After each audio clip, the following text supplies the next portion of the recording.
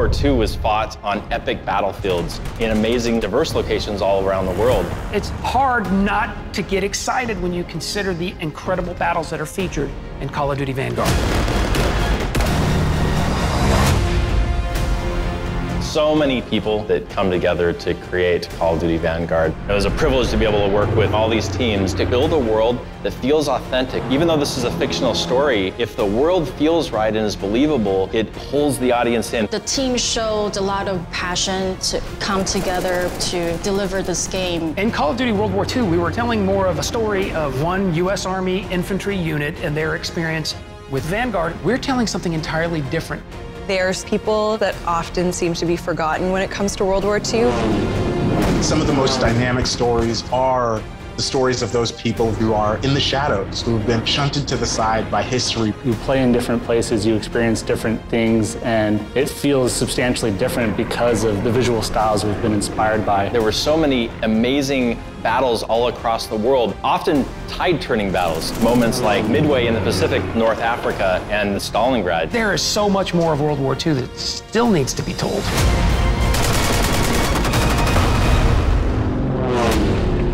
Call of Duty Vanguard focuses around a special forces team that is sent into the heart of Germany at the very tail end of the Second World War. What we were attempting to create was an origin story for special operators. The stakes are pretty high as they're trying to end the Reich once and for all. We see these characters who've all done incredible things. The reason that they're put into this situation is because time is of the essence, and they can get into Germany much faster than a conventional military could.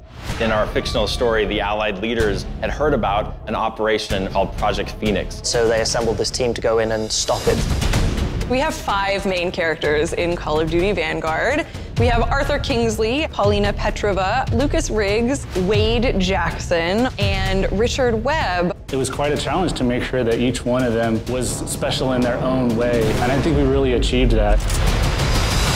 Our team leader is Arthur Kingsley. Arthur Kingsley starts the war as a British paratrooper. We based him on Sidney Cornell, who was Afro-British, and he served in the British 6th Airborne Division. His journey is really all about becoming a leader during the events of Operation Tonga. He is, I think, one of the most creative and complex characters that I certainly have ever encountered in games. To see a character like Arthur Kingsley exist, particularly in a Call of Duty franchise, it just blows my mind.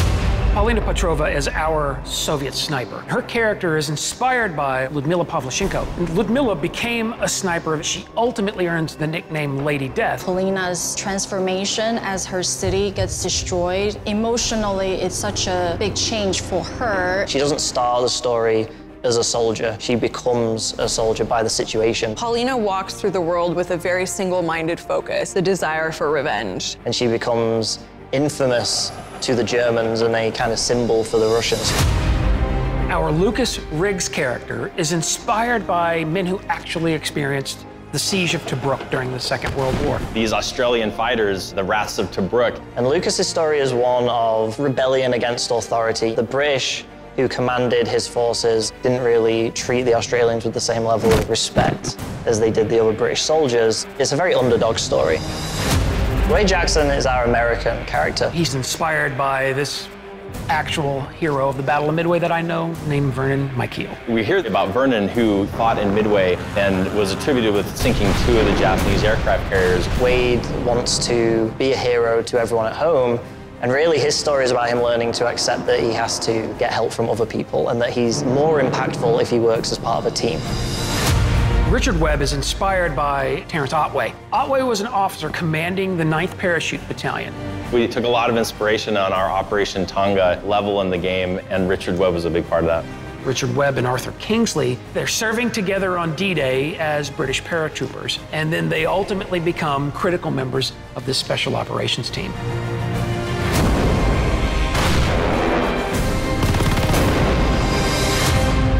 Through artistic lens, we want to create the war-torn world in a poetic way. We want you to feel a sense of grandeur. Something that's common among all these teams is trying to bring this world to life. The audio team went out into the desert and recorded dive bombers. We landed the plane and climbed in the cockpit and did all the Foley recording. Our lighting team did the same thing. There were these wildfires in California. Our senior lighter decided to take his equipment and just go out and capture the sky. I immediately thought about we can use this for Stalingrad summer level. I feel really lucky to get to work with our narrative team, which started out as Steven and Brent, and then they brought on myself and Tochi. There's so many different people from so many different backgrounds, each doing their own part. So to be able to witness that progression and to now be a part of that progression from the creator standpoint, it's very empowering. It just ended up being such a wonderful melting pot of people and ideas and perspectives that all came together to work so well to craft something that we're all really happy with. Working with actors, they really bring extra elements to the characters that we don't necessarily have when they're just words on a page, and then they really bring them to life during our performance capture sessions. And then we put it straight into our game. You know about Wade, but they haven't caught him yet.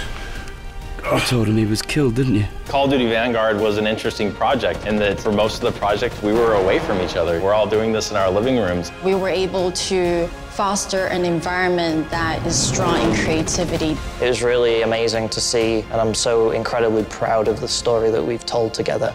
The teams go to exceptional lengths to bring this world to life in a real and authentic way. It's all about trying to give an immersive experience to our player. I want the player to feel like they are a part of this team. To really feel like they're on that journey with them. November 5th is right around the corner, and I'm so excited for our fans and new players to Call of Duty to be able to experience World War II in a way they've never experienced it before.